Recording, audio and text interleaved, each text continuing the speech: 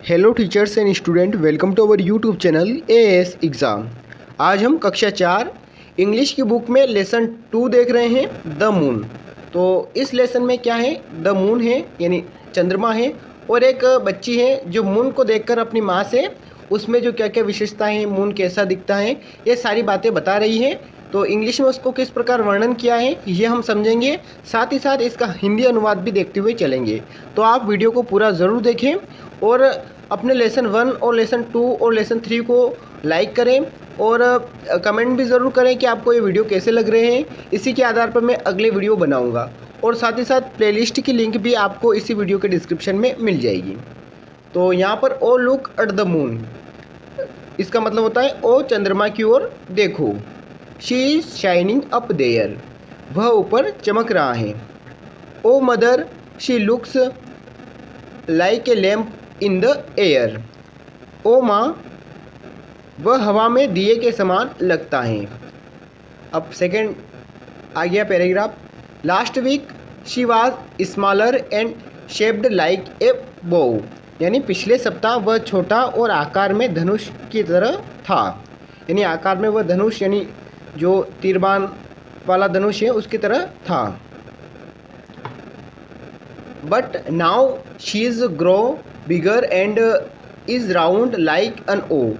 अब वह बड़ा हो गया है और इसका आकार शून्य के समान हो गया है। यानी जो ओ दिख रहा है ना आपको लास्ट में, शून्य के समान या अंडाकार या वृत्त के जैसा हो गया है।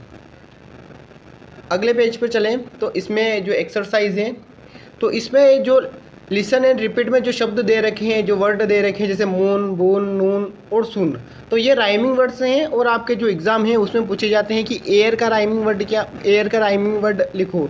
तो एयर का आ जाएगा हेयर, फेयर, पेयर।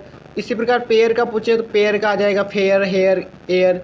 इसी प्रकार जो ये प्रश्न, ये जो वर्ड हैं, इनको आप रिपीट करें बार बार, जिससे कि आपको इनके राइमिंग वर्ड पता चल सके। तो एक बार इनका रिवीजन रिपीट करते हैं अपन। मून, वून, नून, सुन। तो ये अपने जो लास्ट में डबल ओ एन वाला है वो कंप्लीट हो जाएगा इसमें। फिर एयर है, एयर, हेयर, फेयर और पेयर, ये राइमिंग वर्ड्स हो गए। फिर लुक, बुक, हुक और टुक। फिर राउंड, साउंड, बाउंड, पाउंड, तो ये हो गए। फिर लो, सो, रो, बो। तो इनको आपको बार बार रिवीजन करना है, जिससे आपको जो राइमिंग वर्ड्स के क्वेश्चन से आएंगे तब आपको आइडिया लगेगा और आप अच्छे से उसको हल कर पाएंगे। अब वर्ड पावर में क्या दे रखा है, कंप्लीट दिस सेंटेंस। तो the moon looks like a lamp, यानी मून कैसा दिख रहा था, तो मून दिख रहा था लाइक ए लैम्प यानी दिए की तरह।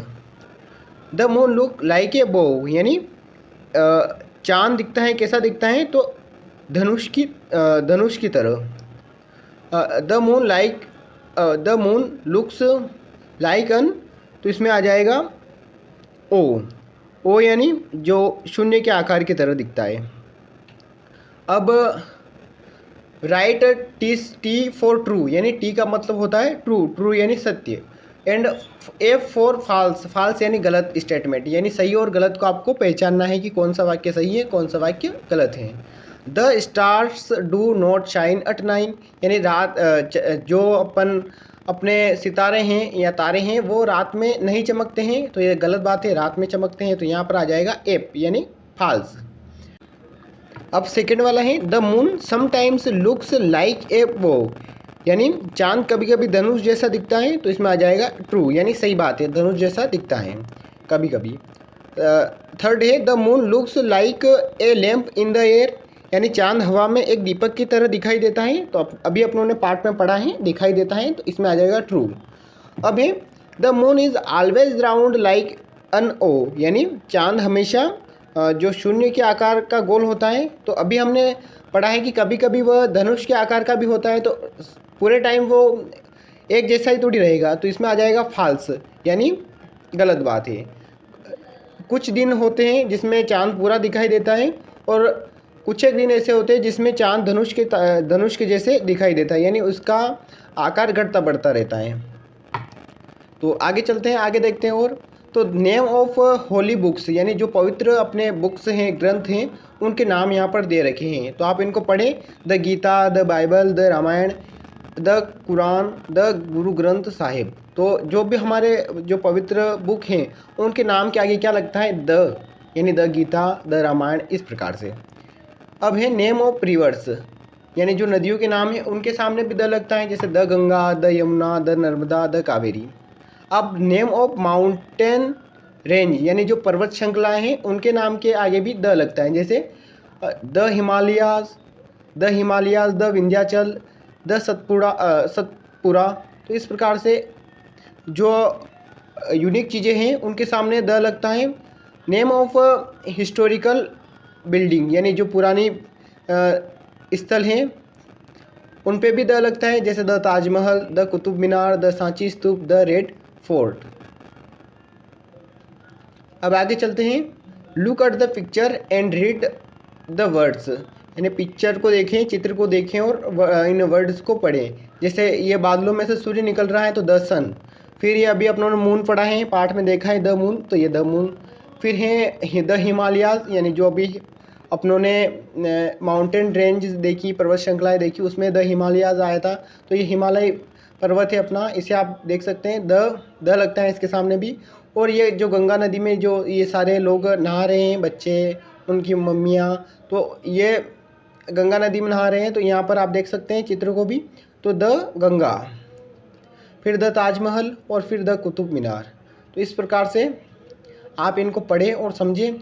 फिर है fill in the blanks using a, an और द, यानी जो यूनिक चीज़ें होती हैं उनके सामने अपने को द लगाना है और फिर यानी ए का प्रयोग करना है, फिर अन का प्रयोग करना है। तो यहाँ पर ताजमहल के सामने अभी अपनों ने देखा कि द लगा था, तो the Taj Mahal is made of white marble. फिर है the moon look like a lamp in the air. फिर आ जाएगा the sun is shining in the sky. फिर an elephant is a big animal. फिर है a full moon look like an O. फिर है the earth is round like an orange. तो इस प्रकार से आपको ये फिल इन द ब्लैंक्स भर लेना है और लर्न दिस, यानी इनको भी और आपको ये करना है। ये डिग्रियां हैं, इनको आपको प्रैक्टिस करना है पढ़ने की। तो यहाँ पर small, smaller, smallest, big, bigger, biggest, tall, taller, tallest, long, longer, longest, high, higher, highest. तो इस प्रकार आपको इनको बार बार प्रैक्टिस करना है, आपको आराम से आ जाएगा अच्छे से। तो और यहाँ पर अपना ये जो लेसन है ये पूरा हुआ। और वीडियो पसंद आया तो आप वीडियो को लाइक ज़रूर करें और अगले लेसन 3 की नोटिफिकेशन प्राप्त करने के लिए अपने यूट्यूब चैनल AS एग्ज़ाम को भी ज़रूर सब्सक्राइब करें। धन्यवाद।